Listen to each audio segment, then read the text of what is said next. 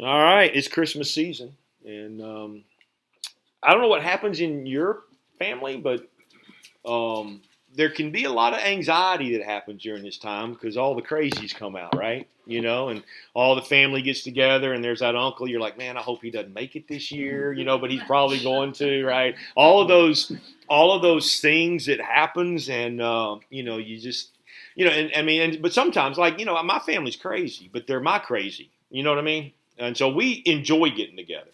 But I've got a lot of friends, man. They're like, man, it is like just stressful because of all of those things. And so I thought it'd be fun just to kind of talk about that. This weekend, obviously, we had a little thing going on. And I was figuring up this week because I wanted Rachel to know what she was joining. And there's 65 people that she just added to her family. Over the course of this weekend. And so 52 of the 65 showed up at that party, and most of them behaved, and so it was good. And we took advantage of this weekend so yesterday we all went to my daughter's house, Abby's, and my side of the family from my mom and dad who are gone, but my sister and all of her kids, my brother and all of his showed up. And then almost all of mine, Jackson and Rachel were obviously occupied, so they didn't make it. And Harper Kate had COVID, so she stayed home, and Courtney stayed with her. So there were 33 out of our 37 all gathered together. And man, it was just a great day. But we aren't without dysfunction, right? I mean, all of us used to joke. People used to joke and say, you guys have this little perfect picket fence family, and I'm like, yeah, until the fence blew up, right? I mean, it's like it can be that way. But I remember in my life, just one of those deals. My grandfather lived with us before I was born. He lived in our living room, and it was my mom's dad, and I didn't know any better. But he taught me so much about life. But man, the man could cuss.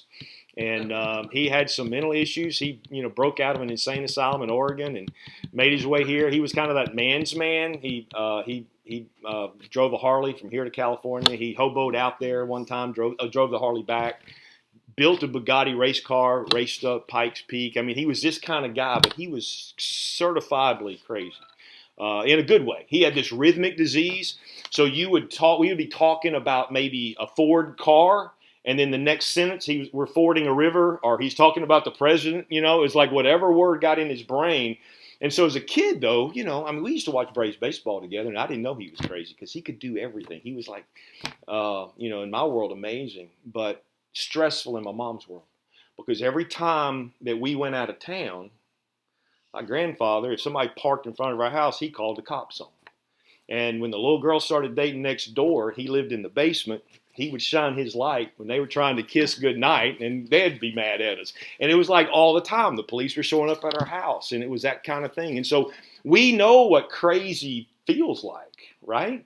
So I think it's helpful to know that Jesus had a whole lineage of dysfunctional people too. And when you start looking at, and there's a reason, I think, why he does that. And so this may be one of the more unusual Christmas, little sermons you've ever heard, because we're just going to talk about the dysfunction of Jesus' lineage. And the Christmas story is full of powerful truth. I mean, it's crazy, powerful truth. But before the shepherds and the angels and all of those things that we've looked at, Matthew was very clear to give us the line that Christ came from.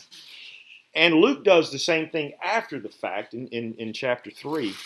But what I love about this is that neither genealogy hides the skeletons in the closet. That's, of all the arguments that we can talk about as far as, well, this Bible can't be real, it was made up stories. I'm like, if you're making up a story, you don't put all the garbage in there that's in there. You clean it up, right? And so the fact that it's full of all these flaws, lets me know that it's the real deal. And so here's the lesson. Really is the fact that man's failures and dysfunctions is irrelevant to God in accomplishing His purpose. It is, right? So it doesn't matter how dysfunctional your family is or how you came out of it. None of that matters. It matters, but the point is God is weaving those stories into your life. My grandfather made me the man I am today, good, bad, or ugly. and I'm grateful for that. We can see that in so many different areas. So many of our family, have taught us what not to do, and there's a sadness in this and that and the other, but God is weaving all of that for a greater thing. Some of the things are too personal to tell you. I can tell you about my grandfather, but I'm not going to tell you about people who are living, right? But there's issues, and that's kind of the way it is. God intentionally chose sinners and misfits to bring about the Christ child, and that's what I want us to talk about today and kind of celebrate. And so we're going to do something very exciting today. We're going to read a genealogy. Okay, so let's just read this, and then I want to kind of pick some out and tell you a few stories because I think they're fascinating stories, and it weaves a picture for us. So this is it, Matthew chapter 1, the recording of the genealogy of Jesus, the Messiah, the son of David, the son of Abraham. Abraham fathered Isaac, Isaac fathered Jacob, and Jacob fathered Judah and his brothers. Remember that name, Judah. Judah fathered Perez and Zerah by Tamar. Perez fathered Hezron, and Hezron fathered Ram.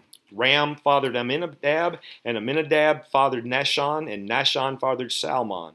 Salmon fathered Boaz by Rahab. Remember that name. Boaz fathered Obed by Ruth. You could remember her name too. We're going to come back to those. And Obed fathered Jesse. Jesse fathered David the king. David fathered Solomon by her who had been the wife of Uriah. Isn't that interesting? He's not even going to say the name Bathsheba. He's just going to say, because he wants to drive him a point. Hey, man, this guy stole another man's wife. Remember what?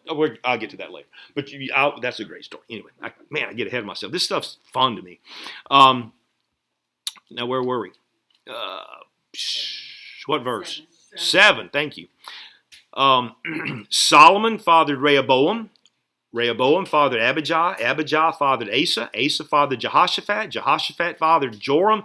Joram fathered Uzziah. Uzziah fathered Jotham. Jotham fathered Ahaz. And Ahaz fathered Hezekiah. Hezekiah fathered Manasseh. Manasseh fathered Ammon. Ammon fathered Josiah. Josiah fathered Jeconiah, remember that name, and his brother at the time of the deportation to Babylon. After the deportation to Babylon, Jeconiah fathered Shealtiel, and Shealtiel fathered Zerubbabel. Zerubbabel fathered Abihud. Abihud fathered Eliakim. Eliakim fathered Azor. Azor fathered Zadok. Zadok fathered Echem. Echem fathered Eliud. Eliud fathered Eleazar. Eleazar fathered Mathan, and Mathan fathered Jacob. Jacob fathered Joseph, the husband of Mary, by whom Jesus was born, who is called the Messiah. Isn't that fascinating stuff, right, to read a genealogy? Listen to this, though, verse 17. So all the generations from Abraham to David are 14 generations. From David to the deportation of Babylon, 14 generations. And from the deportation to Babylon to Messiah, 14 generations. Now, these things are written for our instruction. And so, to me, it's fascinating that the number 14, it breaks it down just like that. And Matthew was very methodical to say, I want you to understand something. God is a God of order, and so he'll take chaos and he'll create order out of it. And there were 14 here and 14 here and 14 here, which gets us from here to here. Powerful truth. Now, if we go back into that line and we look at Judah, you remember Judah, right? I mean, that's the chief tribe. When the kingdom broke up, the 10 tribes went northward and began to worship. And that's where the Samaritans came from, and they worshipped on Mount Gerizim because the Jews wouldn't let them worship where they do. And Judah and Benjamin formed the southern tribe. Judah, where we get the name of Jesus, right? That's his line, right? The lion from the tribe of Judah. Interesting story about Judah, and this is what I want us to look at and just see the skeletons in the closet of Jesus. So this is almost an X-rated story, but it's just listen to it. This is in Genesis chapter 38. I'm just going to read and kind of comment on it. It says, and it came about that time that Judah departed from his brothers and visited a certain Adulamite whose name was Hira. Judah saw there a daughter of a certain Canaanite whose name was Shua, and he took her as a wife and had relations with her, and she conceived and gave birth to a son, and he named him Er. Then she conceived again and gave birth to a son, and she named him Onan. She gave birth to yet another son named Shealtiel, and it was Chezeb that she gave birth to him. Now, that's all set up. This is the story. Judah had that son Er. He was his firstborn, and he married a woman named Tamar. But Judah's firstborn, was evil in the sight of the Lord, so the Lord took him. So Judah's got sons. First one's Er, and the Lord takes him. Now it says this. Then Judah said to Onan, have relations with your brother's wife and perform your duty as a brother-in-law to her. So that was kind of what happened. If you lost your husband, then the dad's obligated kind of provide you another husband. And so he did that. Have relations with your brother's wife before child your brother. Now Onan knew that the child would not be his, so when he had relations with his wife, he didn't allow it to get pregnant. But what he did was displeasing in the sight of the Lord, so he took him too, right? So now you got two brothers that are dead. And it says here, then Judah said to his daughter-in-law Tamar, remain a widow in your father's house until my son Shelah grows up. Now I'm pretty sure Shelah's thinking, I got to figure something out because my two brothers died with this woman. I'm really not interested in growing up and having to marry this woman. But this is the story, and this is what it says. For he thought, I am afraid that I too may die like my brothers. So Tamar went and lived in her father's house. Now, after considerable time, Shua's daughter, the wife of Judah, died. And when the time of mourning ended, Judah went up to his sheep shearers at Timnah, he and his friend Hira and the Adullamite, and Tamar was told, behold, your father-in-law is going up to Timnah to shear the sheep. She wanted children. She wanted somebody to take care of her, and nothing happened. Get this picture of this story. You may know it, but man, this is crazy. So she removed her widow's garments, covered herself with a veil, wrapped herself, and sat in the gate of Eniam, which is on the road to Timnah, for she saw that Shelah had grown up, and she had not been given to him as a wife. When Judah saw her, he assumed she was a prostitute. She's waiting on the boy to grow up and go, he's grown up, so I want my man, Judah. Judah, when he saw her, assumed she's a prostitute. Now, this is where the story gets crazy. This is his daughter-in-law, and she's dressed up like a prostitute. This is Judah. You think he's a godly man? He's going to go, hey, I don't mess with prostitutes. I'm a godly man. It's like it's a normal activity. He sees her and goes, hey, well, how much for the deal? I'm like, wait, what? But this is what it says. When Judah saw her, he assumed she was a prostitute, for she had her face covered. So he turned aside on the road, and they do their business. Here now, let me have relations with you. For he did not know that she was his daughter-in-law. This is creepy weird. What will you give me that you may have relations with? He said, therefore I will send you a goat from among the flock. Will you give me a pledge until I send it? He said, here's a pledge. Your seal and cord and your staff that is in your hand. So he gives her his staff is down payment, goes and does the thing. And then it says this, verse 19, then she gets up and departs, removes her veil and puts on her widow's garments and goes back home. Is this weird to anybody else but me? When Judah sent the young goat by his friend the Adullamite to receive the pledge from the woman's hand, he did not find her. He asked the people of the place, saying, where is this temple prostitute who's on the road to Enam? And they said, and listen, the Jews don't have temple prostitutes. This man decided he was going to go kind of hijack the benefits of false gods just to enjoy his fancy because he's halfway home and just kind of wants to have a thrill. This is crazy. So it says this. He asked the people of the place, where's the temple prostitute? Man, there ain't been no temple prostitute around here forever. So he returned to Judah and said, I did not find her. Now he's wondering where his staff is and what's going to happen. He says, I did not find her. Furthermore, the people of the place said, there has been no prostitute here. So Judah said, let her keep them. Otherwise, we will become a laughing stock. I'm not going to keep searching for my stuff. I'm just going to pretend I lost it. After all, I sent this young goat, but you did not find her. Now it was about 3 months later that Judah was informed your daughter-in-law Tamar has prostituted herself. And behold, she's also pregnant by prostitution. So he's thinking now, my daughter-in-law's a prostitute? What's right? Can you imagine? I mean, yeah, the joke's on him, right? I mean, he's trying to play Mr. Holy. Do you see the con artist thing going on in Judah? Trying to pretend he's something that he's not. This is not your normal godly man. He's perverted himself with false gods. He's prostituted himself with his daughter-in-law, though not knowing it, and then acted like because she's a prostitute, He's going to have to deal with her because I'm a godly man. This is crazy stuff. You didn't know this was in the Bible, did you? Some of you are like, what? Now, he says, so bring her out and have her burned. He said, tell you what we're going to do, we're just going to kill her. That's what we're going to do. It was while she was being brought out that she sent word to her father-in-law saying, I am pregnant by the man to whom these things belong.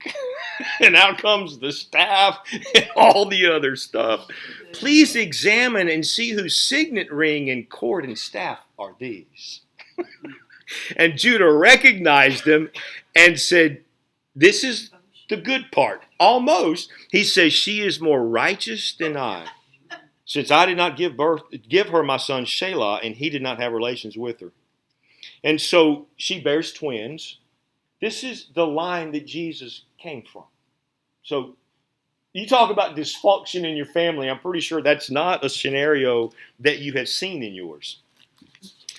And you know that one of the other names, and I told you who to kind of keep an eye on in this thing, was Rahab, right? Now, we all know this story. But let me just kind of remind you of what it looks like. In chapter 2, it says, then Joshua, the son of Nun, sent 2 men as spies. Remember that? They've been traveling for 40 years in the wilderness. They're about to cross the Jordan River. Moses has died. Joseph's a little bit freaking out. And the Lord comes to him, the commander of the host, and says, hey, be not afraid. Do not look to the right or the left, but follow me, and I will do to you as I did to Moses. And so they had their own little crossing of a Red Sea, but it was the Jordan River. And they're crossing over. Before they get there, they want to spy out the land and see what that's going to look like, because this will be the first big battle that they've ever had as a nation of Israel. They had one on the battlefield in the wilderness or in the desert, and that's when Moses held his hands up. And you know that story. This is the first one of having to really kick some tail to take over the promised land. And so they send out 2 spies. Then Joshua, the son of Nun, sent the men as spies secretly from Shittim, saying, go and view the land, especially Jericho. So they went up and entered the house of a prostitute whose name was Rahab, and rested there. Now, she runs a brothel. She's not just a prostitute. She's a high-powered businesswoman who runs a brothel to just have everybody have whatever their desire is. But it was told the king of Jericho, saying, behold, men from the sons of Israel have come here to spy out the land. And the king of Jericho sent word to Rahab, saying, bring out the men who have come to you, who have entered your house, for they have come to spy out the land. But the woman had taken the 2 men and hidden them. And she said, yes, the men came to me, but I did not know where they were from. It came about when it was time to shut the gate at dark, that the men went out, and I don't know where they are. But she hid them.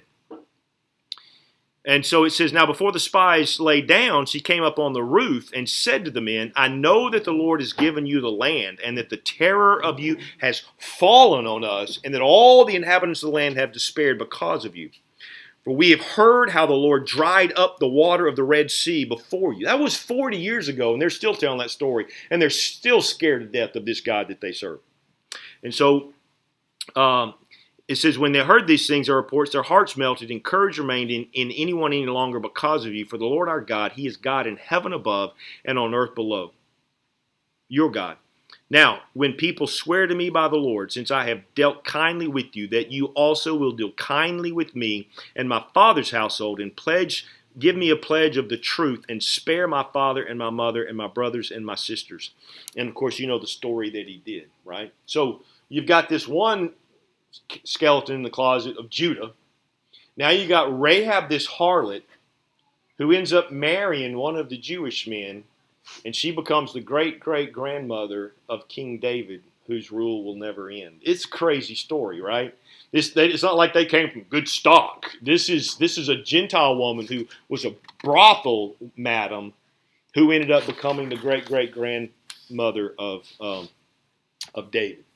Well, then you know the other one, the wife of Uriah, you know her name, by Bathsheba. And we already know that story, right? She's out there bathing, sunbathing or whatever you want to call it. David goes and does the thing with her. She gets pregnant. David freaks out. David says, well, hey, let's get Uriah to come back, and maybe he'll do the thing. And then when she'll realize that she's pregnant, she'll think it's his. And Uriah has more character in his little finger than David did at that moment in his whole life. because he couldn't get the man to go sleep with his. He said, "How can I sleep with my wife when my soldiers are out there?" So David goes, "I'm going to get him drunk. Then he'll go do that." And even drunk, he was more moral than David was sober. And so this is the Jesus like family. This is his family tree, and it's just important that we see these things. If we go a little further down and we look at Solomon, and we all know Solomon, the wisest man that ever lived, and he wrote all those great things. The man had 1,000 wives. My granddaughter says he had a bunch of girlfriends, right? Yeah, he dated 300. He had 600 wives and dated 300. So there's that going on. And Solomon, the scripture says that his heart was turned away from the Lord because he married women that weren't Jewish, and they turned their heart toward false gods. So Solomon isn't even holy and pure toward God. These are the things that take place. So Solomon's son, Rehoboam, decides he's going to one-up his father, and it creates a war, and that's when the nation split. And so Rehoboam calls the collapse of the kingdom. And so you just see story after story after story that comes through here. And there's one more that I want to tell you, and I told you to remember that name, Jeconiah. If we go to Jeremiah, I want to read to you out of Jeremiah chapter 22, one section. And then we'll wrap this thing up. I just think it's fascinating to see what's happening here and to see the dysfunction in the line of Christ. And so there's one more. And this one's powerful. And there's this, man, ever since I saw it, it was like, to me, it's one of the richest things I've ever seen in Scripture. And I want to share it with you now. In Jeremiah, this is what it says. As I live, declares the Lord. Even if Coniah, and that is the name, Jeconiah, even if Coniah, the son of Jehoiakim, king of Judah, were a signet ring on my right hand, yet I would pull you off. And I will hand you over to those who are seeking your life, yes, to those of whom you are frightened, that is to Nebuchadnezzar, king of Babylon, and the Chaldeans. I will hurl you and your mother who gave you birth. We don't know what he did, but whatever he did, it ain't good, because this is what God's saying. I'm going to take you and your mom and all your relatives, I'm going to kill you all. I will hurl you and your mother who gave birth to you into another country where you were not born, and there you will die. But as for the land to which they long to return, they will not return to it. Now listen to this. Is this man, Jeconiah, a despised, shattered jar, or is he an undesirable vessel? Why have he and his descendants been hurled out and cast into a land they had not known? Then the Lord will say this, write this man down childless, a man who will not prosper in his days, for no man among his descendants will prosper, sitting on the throne of David or ruling again in Judah. And it was right after that the nations, there were no more kings after that. The story I want to tell you, though, is that there are two genealogies recorded in the Scriptures, one in Matthew and one in Luke. The one in Matthew tells us the lineage all the way to Joseph. The one in Luke tells us the story from, so David had several sons, but Solomon and Nathan were the two sons that create the reign of the king of Israel. So Solomon was the legal line. But you get to Jeconiah, and we're told, write this man childless. No man from his loins will ever sit on the throne of David. So the legal realm, whoever Joseph has as a child will never sit on a throne, though Joseph was legally the heir to the throne based on how it went. But you know the story that I know. Joseph wasn't the real father of Jesus. He was the adopted. Jesus was the adopted son. There was no blood that flowed from Joseph to Jesus. So Joseph, and then Mary comes from the line of Nathan, and through her line is the royal line. So of all the people on the planet, however many were there during that time, two people could have come together in the plan of God to bring this about.